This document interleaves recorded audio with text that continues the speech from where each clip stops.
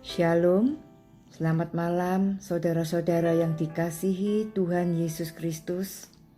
Kiranya damai sejahtera dan sukacita senantiasa ada di dalam kehidupan kita semua.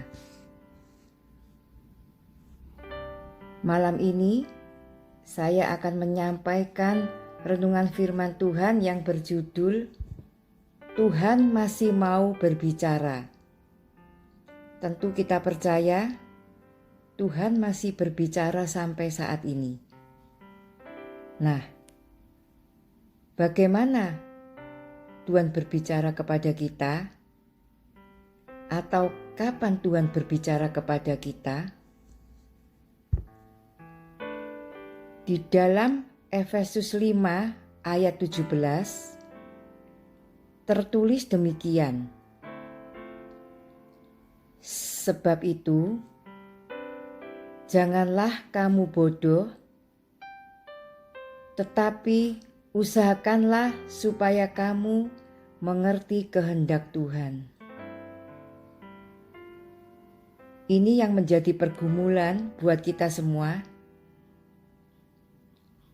Bagaimana kita dapat mengerti akan kehendaknya?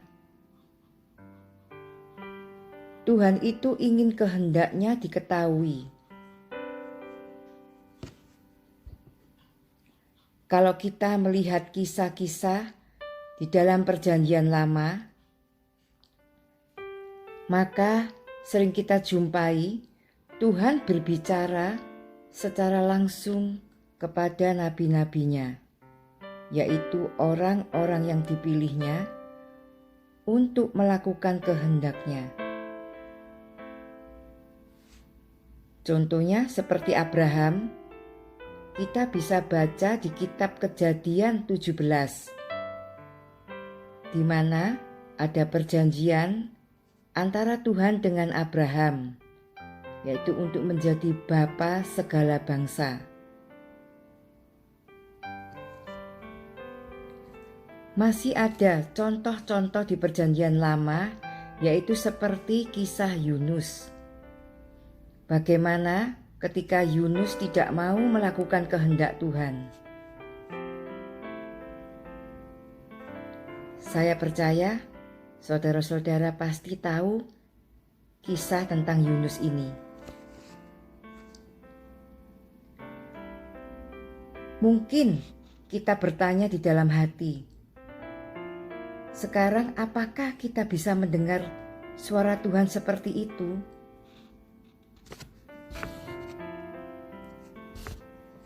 Jawabannya adalah bisa.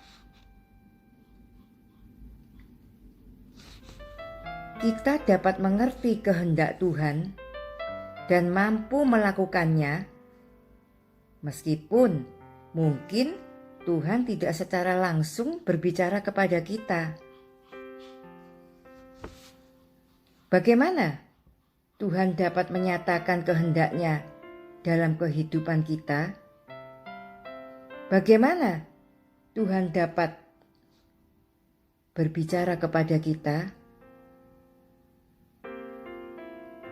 Tuhan dapat menyatakan kehendaknya dengan berbagai cara.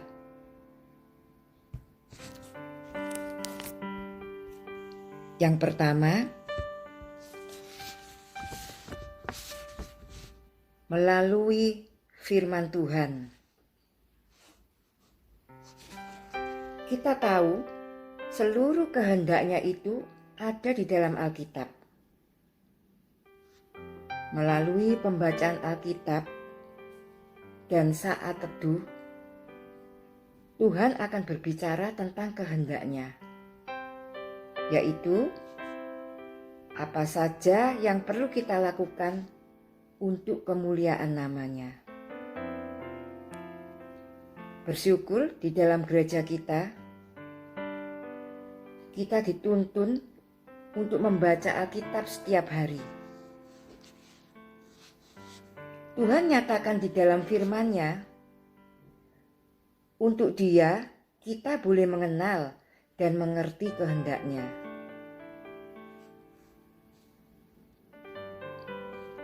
Di dalam 2 Timotius 3 ayat 16 tertulis demikian.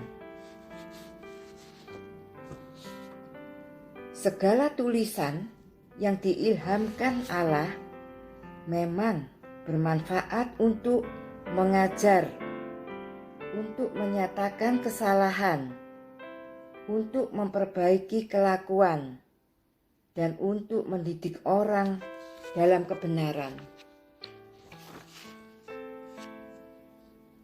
Jadi dijelaskan bahwa firman Tuhan berguna untuk mengajar, menyatakan kesalahan,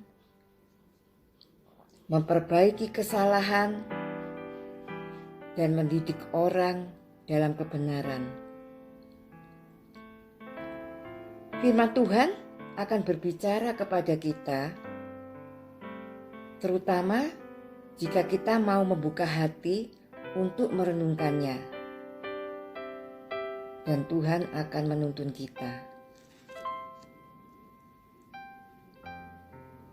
Ketika saya mendapat ayat emas setiap tahun, saya pasti cepat-cepat ingin tahu, kira-kira Tuhan berbicara apa ya kepada saya. Makanya saya bilang kayak rapot setiap tahun dari Tuhan. Tidak jarang firman Tuhan itu menegur saya. Bahkan Tuhan beberapa kali menegur keras. Tapi saya bersyukur saat Tuhan menegur saya belajar untuk tidak mengulangi apa yang Tuhan tidak kehendaki.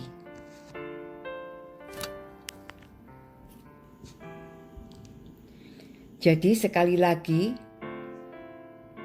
melalui firman Tuhan ini,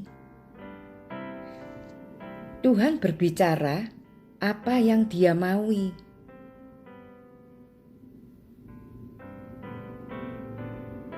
Apa yang menjadi kehendak Tuhan.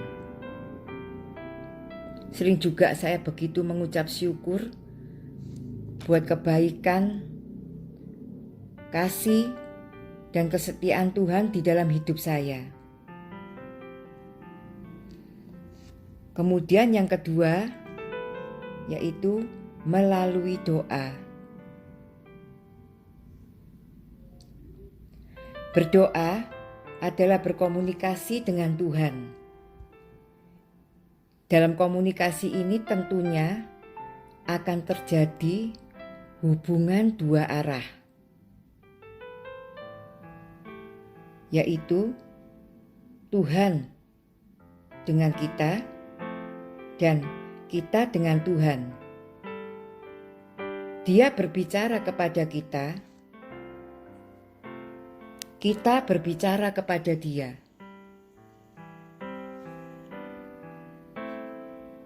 Maka di sini kita dapat mendengar dan memahami apa yang menjadi kehendak Tuhan untuk kita lakukan. Kita baca di dalam Markus 11 ayat 24.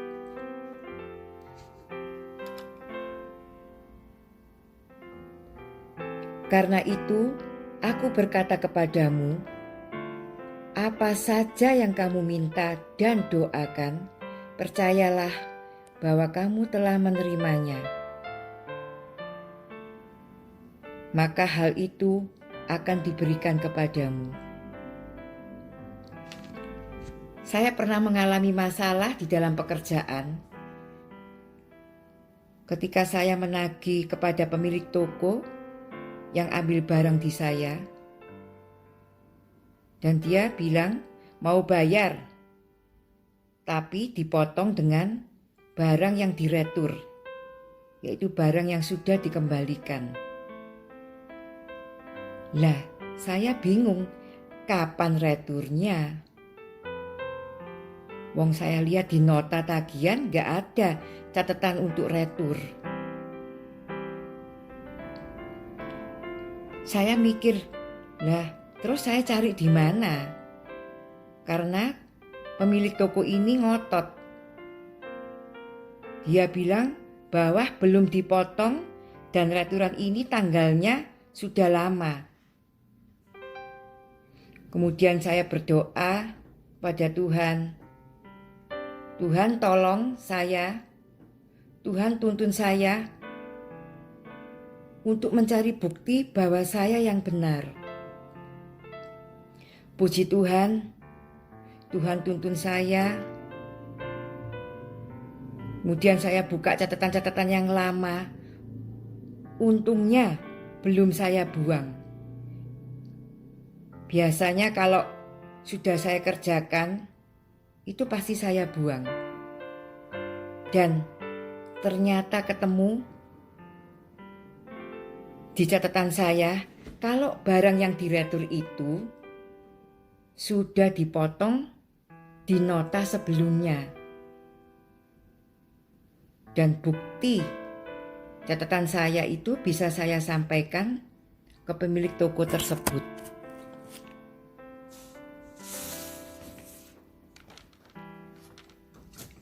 Mari kita belajar dalam hal apapun, tanya Tuhan.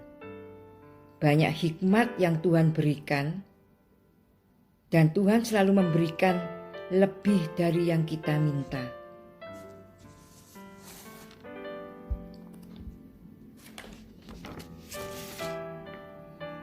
Jadi, bagaimana Tuhan berbicara kepada kita?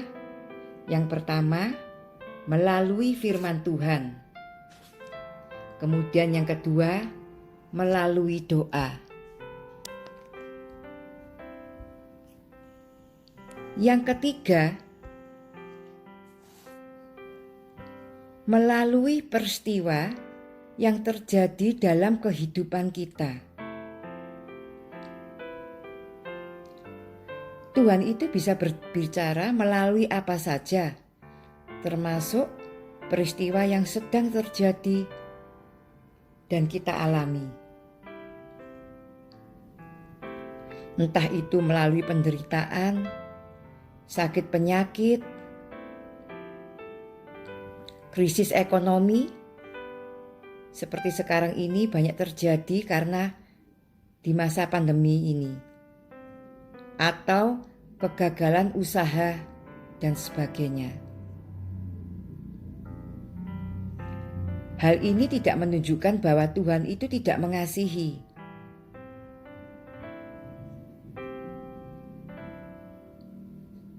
Tuhan terkadang memakai segala peristiwa itu untuk mengingatkan kita bahwa hanya Tuhan satu-satunya harapan dan andalan hidup kita, dan mengembalikan kita kepada jalannya. Sesuai janji Tuhan di dalam firman-Nya, yaitu Yeremia 17 ayat 7, tertulis demikian, diberkatilah orang yang mengandalkan Tuhan, yang menaruh harapannya pada Tuhan.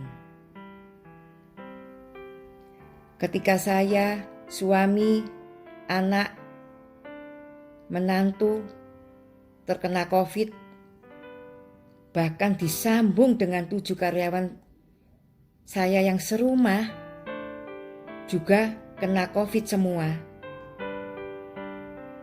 Pengharapan saya hanya kepada Tuhan, yaitu pengharapan untuk sembuh. Puji Tuhan, oleh kemurahan Tuhan, sekarang semuanya sudah sembuh. Saya percaya itu adalah kasih anugerah Tuhan. Nah, sekarang apakah kita sudah peka mendengar suara Tuhan?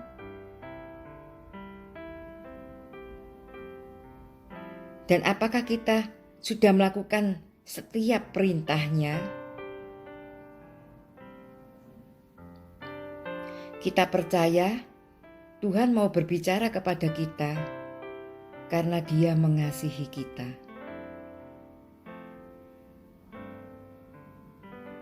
ayat penutup di dalam Ibrani 3 ayat 15. Tertulis demikian, tetapi apabila pernah dikatakan pada hari ini, jika kamu mendengar suaranya, janganlah keraskan hatimu seperti dalam kegeraman. Kiranya Tuhan memberkati kita semua.